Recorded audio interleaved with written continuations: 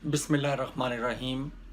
मैं तस्नीम अहमद सिद्दीकी अपने प्रोग्राम मानो या ना मानो का आगाज़ सैयद मुनव्वर हसन साहब साबिक अमीर जमात इस्लामी की मौत से शुरू करता हूँ, और मेरे खुदावंद करीम से दुआ है कि खुदावंद करीम उनके दर्जात बुलंद करे, उन्हें जन्नतुल फिरदौस में जगह दे और उनके लवाहिकीन को सब्र जमील अता करे, आमीन। बहरहाल अब मैं बाकी चीज़ों की तरफ आता हूँ। आज सबसे पहली चीज़ जो थी वो ये है कि PIA में 270 पायलट, जी हाँ 270 पायलट जाली असनाद पे भर्ती हैं, और उसमें से कुछ तो ऐसे हैं जिन्होंने इस चीज़ का इतराफ़ भी कर लिया है कि उनकी जगह किसी और ने इम्तहान दिया। सवाल ये होता है कि ये 270 आदमी, 270 अफराद जो कि पाकिस्तानियों की ज़िंदगी से बहैसियत पायलट जहाज़ उड़ाकर खेल रहे थे, इसका ज़िम्मेदार कौन है? इसके ज़िम्मेदार साबका हुकूमतें हैं जिन्होंने कि इन्हें भर्ती किया। इसके ज़िम्मेदार वो अशख़ास हैं जिन्होंने इन्हें रिकमेंड किया, और इसके ज़िम्मेदार वो लोग भी हैं जिन्होंने कि कुछ पायलट हजरात की जगह बैठकर इम्तहान भी दिया।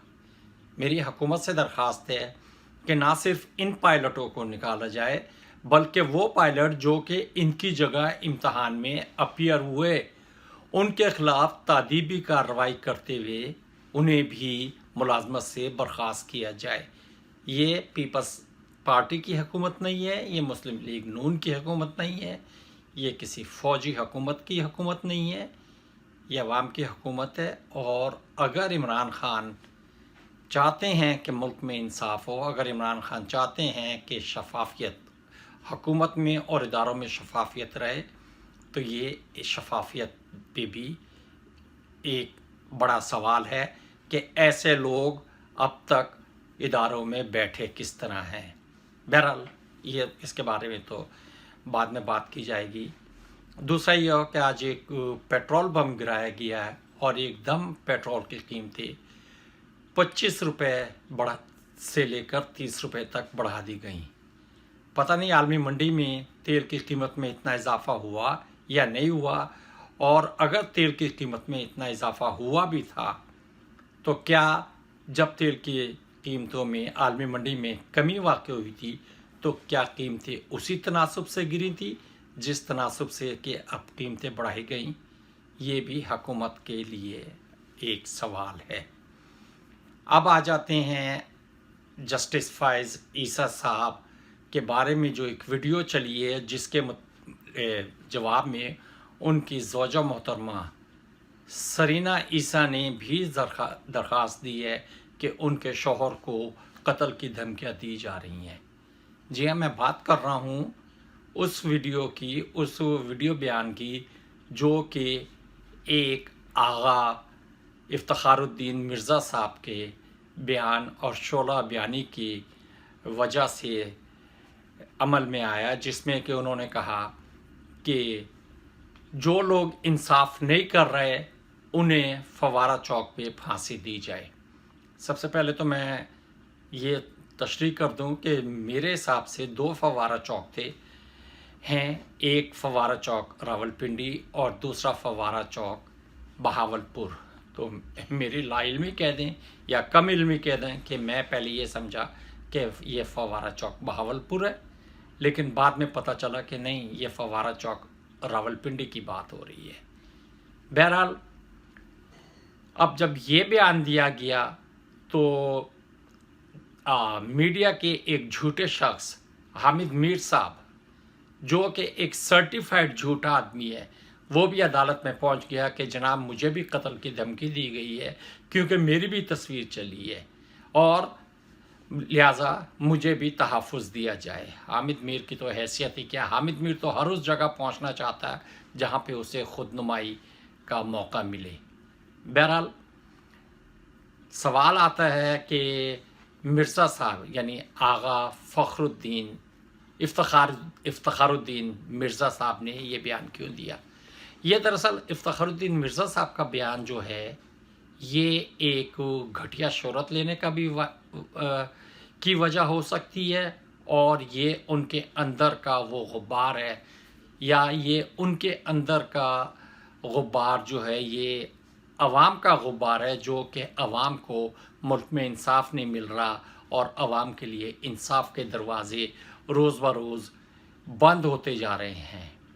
سوال یہ ہے کہ مرزا صاحب نے جو بھی کہا، مرزا صاحب نے اتنی بھی غلط بات نہیں کی، اگرچہ ان کے الفاظ سخت تھے، یہ مان لیا جائے کہ ان کے الفاظ سخت تھے، لیکن مرزا صاحب جو کہہ رہے تھے، جب آپ ملک میں انصاف نہیں دیں گے، جب ہر آدمی انصاف کے لیے سالوں عدالتوں کے چکر لگاتا رہے گا، لاکھوں روپیہ خرچ کر دے گا، اپنے ہزاروں روپے بچانے کے لیے لاکھوں روپے خرچ کرے گا، قتل کے ملزم کو اس کے کیفر کردار تک پہنچانے کے لیے مقتول کے آدمی اپنی جائیدادیں بیچ دیں گے، تو پھر یہ تو ہوگا۔ اور اس کی زندہ مثال مرید عباس کا کیس کراچی میں ہے کہ مرید عباس کو مارنے والے دونوں آدمی سندھ ہائی کورٹ نے اور سیشن کورٹ نے ضمانت پر رہا کر دیے ہیں، اور ضمانت پر رہا ہونے کا مطلب یہ ہے کہ اب یہ کیس لمبا چلے گا، اور اس کو میں جتنا دباؤ ڈالا جا سکے گا، جتنا ہراساں کیا جا سکے گا کیا جائے گا۔ لیکن آج سپریم کورٹ کو آغا صاحب کا بیان فوری طور پہ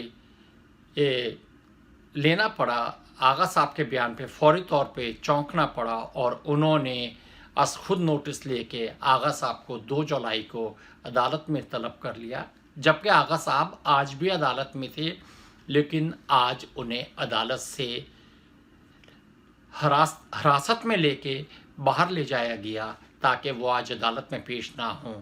سوال یہ نہیں ہے، سوال یہ ہے کہ کیا اس ملک میں صرف عدلیہ ہی ہے جس کا استحصال ہو رہا ہے، یا کیا صرف عدلیہ ہی کا نام بدنام کیا جا رہا ہے؟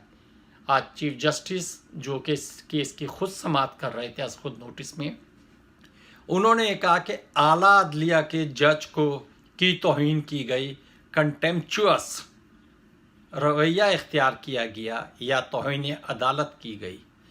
جناب، کیا توہین عدالت اتنی ہے کہ آپ نے فوری طور پہ مرزا صاحب کے خلاف، مرزا صاحب میں کہہ رہا ہوں ان کا کیونکہ ان کا نام آغا افتخار الدین مرزا ہے، تو اگر میں مرزا کہہ دوں یا آغا صاحب کہہ دوں تو یہ ایک ہی شخص ہے، یہ 2 مختلف شخص نہیں ہیں، کہ انہوں نے آغا صاحب کے خلاف از خود نوٹس لے لیا، انہیں عدالت میں بھی طلب کر لیا، آج اس کی سماعت بھی ہو گئی، 2 تاریخ کو انہیں عدالت میں پیش کرنے کا بھی حکم دے دیا۔ تو جناب، اس ملک میں آپ توہین عدالت پہ تو اتنے نوٹس لے رہے ہیں، لیکن کیا آپ نے توہین مذہب پہ کیا؟ کبھی کوئی نوٹس لیا؟ اس ملک میں توہین مذہب پہ کیا نہیں ہوتا؟ کیا کیا الفاظ استعمال نہیں کیے جا سکتے؟ کیا آپ نے کبھی میرا جسم میری مرضی کے نعرے لگانے والیوں کے خلاف بھی کوئی اعتراض کیا؟ کیا آپ نے اس کے علاوہ مذہب پہ بولنے والوں کے خلاف کوئی ایکشن لیا؟ کیا آپ نے کبھی کوئی ایسے توہین عدالت کے کیسز بھی دیکھے؟ کیا آپ نے توہین مذہب کے کیسز بھی دیکھے؟ کیا آپ نے ان کیسز کو بھی دیکھا جس میں کہ ISI پہ الزام لگتا رہے پورا دن، بلکہ 2 دن ٹی وی چینلز پہ یہ ڈسکس ہوتا رہے کہ ISI نے یہ کیا، فلاں ادارے نے یہ کیا، فلاں ادارے نے یہ کیا؟ کیا ایک مقدس گائے صرف اور صرف سپریم کورٹ آف پاکستان اور پاکستان کی عدالتیں ہی ہیں؟ باقی سب یہاں پہ کچھ نہیں ہے؟ باقی سب کے بارے میں آپ کیوں نہیں بولتے؟ آپ سپریم کورٹ میں بیٹھے ہیں تو آپ اس چیز پہ بھی نوٹس لیں کہ آصف علی زرداری کا کیس آپ آج تک کیوں لٹکا ہوا ہے؟ نواز شریف جو باہر گیا تھا وہ واپس کیوں نہیں آیا؟ ماڈل ٹاؤن کیس میں ابھی تک فیصلہ کیوں نہیں ہوا؟ آپ اس چیز پہ بھی کریں کہ چینی اسکینڈل کے لوگ ابھی تک آزاد کیوں پھر رہے ہیں؟ آپ اس چیز کا بھی فیصلہ کریں کہ گندم کا جو اسکینڈل ہوا ہے سندھ میں، اس پہ کیا ہوا؟ نہیں، आप सिर्फ एक चीज़ देख रहे हैं कि कंटेम्पचुअस, पता नहीं इससे कंटेम्पचुअस पे आप क्यों इतने, आपकी सुई अटक गई है। आप क्यों ये कहना चाह रही हैं कि तौहीन अदालत हुई है। जनाब, यहाँ पे तो आपने तौहीन मज़हब पे आप कभी नहीं बोले, तौहीन कानून पे आप कभी नहीं बोले, तौहीन फ़ौज पे आप कभी नहीं बोले। आप यहाँ पे सिर्फ बोलते हैं तो तौहीन अदालत पे बोलती हैं। तौहीन अदालत ही सब कुछ नहीं है मुल्क में, इसके अलावा भी तौहीन होती हैं बहुत, लेकिन आप किसी तौहीन पे नहीं बोलते। आप बोलते हैं तो तौहीन अदालत पे बोलते हैं, तो इंसाफ ये भी नहीं है। आगा साहब जो हैं उन्होंने अल्फाज को सख्त इस्तेमाल किए, मैं मानता हूँ, लेकिन उनका जो बयानिया था, आप उस बयानिए से तो इनकार नहीं कर सकते। आपने उस बयानिए पे कितना अमल किया? आपने क्या उस बयानियों को देखा कि जस्टिस फायज़ ईसा, मैं भी नाम ले रहा हूँ, कि जस्टिस फायज़ ईसा आए और जस्टिस फायज़ ईसा आने के बाद बोल के चले जाएं, उनकी बीवी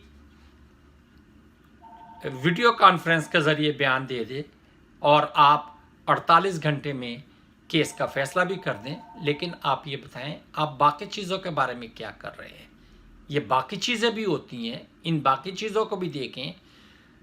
पूरा दिन फ़ौज के बारे में बोला जाता है, पूरा दिन हुकूमत के बारे में बोला जाता है, पूरा दिन अवाम का मजाक उड़ाया जाता है, पूरा दिन कानून से खेला जाता है।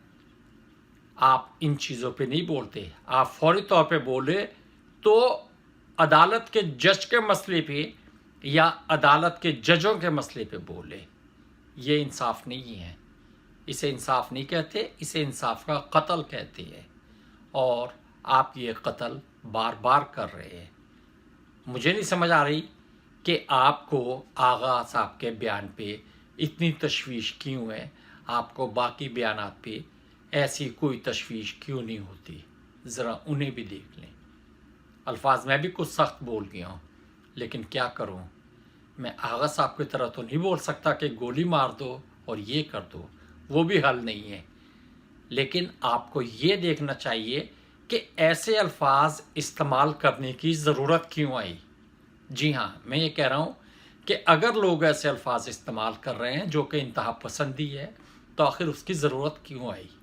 ज़रा जब आप 2 जुलाई को दोबारा आगा साहब को सुने तो इन अल्फाज पर भी गौर करें, ये अल्फाज अपने जहन में भी बिठाएं कि आगा साहब को ये कहने की ज़रूरत क्यों आई। इसके साथ ही मैं आज आपसे इजाज़त चाहता हूँ। अगर आपने मेरा चैनल सब्सक्राइब किया तो बहुत शुक्रिया, और अगर नहीं सब्सक्राइब किया तो बराए मेहरबानी इसे सब्सक्राइब कर लें। उस वक्त तक के लिए मुझे इजाज़त दें। पाकिस्तान जिंदाबाद।